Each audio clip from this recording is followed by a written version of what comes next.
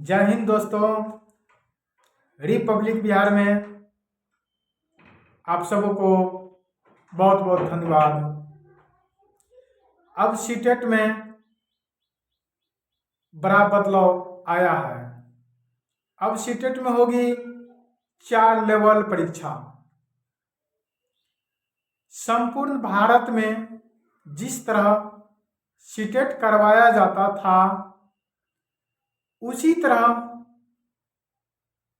केंद्र सरकार के पीजीटी एवं टीजीटी भी करवाया जाएगा, क्योंकि पात्रता परीक्षा के लिए बच्चे बहुत परेशान रहते थे। जब भी बहाली आते थे बच्चे आस लगा करके रखते थे पहले हम पात्रता परीक्षा पास करें। बात करें 1 to 5, 6 to 8 तो पहले बीटेट होता था 1 to 5, 6 to 8 के लिए। जब केंद्र सरकार सीटेट लेने लगे प्राइमरी अपर प्राइमरी के लिए, तो बिहार सरकार अभी तक में BPSC TRE 1, BPSC TRE 2, BPSC TRE 3 तक में अभी तक में कोई भी ऐसा पात्रता परीक्षा बीटेट नहीं हुआ है। मुझे लगता है कि आने वाले जो आगामी बहाली होगा उसमें भी जब केंद्र सरकार ले रहे हैं सीटेट में 4 लेवल से एग्जाम, पहले तो प्राइमरी अपर प्राइमरी का लिया जाता था केंद्र सरकार के माध्यम से। अब तो हम लोग को अगर 9th और 10th 12th के टीचर बनना था तो स्टेट पेपर 1 स्टेट पेपर 2 का क्वालिफाई करना पड़ता था पात्रता परीक्षा, तब हम बीपीएससी में बैठना पड़ता था। बीपीएससी पास करने के बाद हमें जॉब यानी सरकार की तहत सरकार के रूल के तहत हमें चलना पड़ता था और उनके सरकारी विद्यालय में हमें पढ़ाना पड़ता था। अब तो सरकार ही यानी केंद्र सरकार ही पात्रता परीक्षा साल में जिस तरह 2 बार होता है सीटेट, अब इसी तरह सीटेट होगी 4 लेवल पर। मैं बात करूंगा कि प्राइमरी अपर प्राइमरी और टीजीटी पीजीटी ये सब सीटेट लेवल ही लिया जाएगा। और सबसे बड़ी बात आया है सामने की एनसीटीटी एक्ट 2020 के तहत जो शिक्षा नीति नई शिक्षा नीति 2020 की आई थी वो संपूर्ण देश में लागू करने के लिए जा रहा है।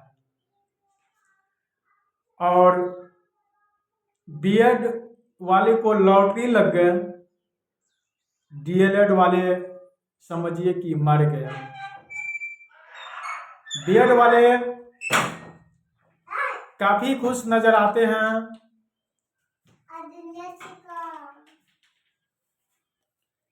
बीएड वाले काफी खुश नजर आते होंगे क्योंकि बीएड वाले को बहुत सारे तोहफा मिल गया। सबसे पहले तोहफा तो प्री प्राइमरी जो बाल वाटिका लेवल से उनको लिया जाएगा, बीएड वाले भी इसमें जाएगा। इसके बाद प्राइमरी जिसको हम लोग 1 to 5 के लिए बीएड को मान्य दे दिया।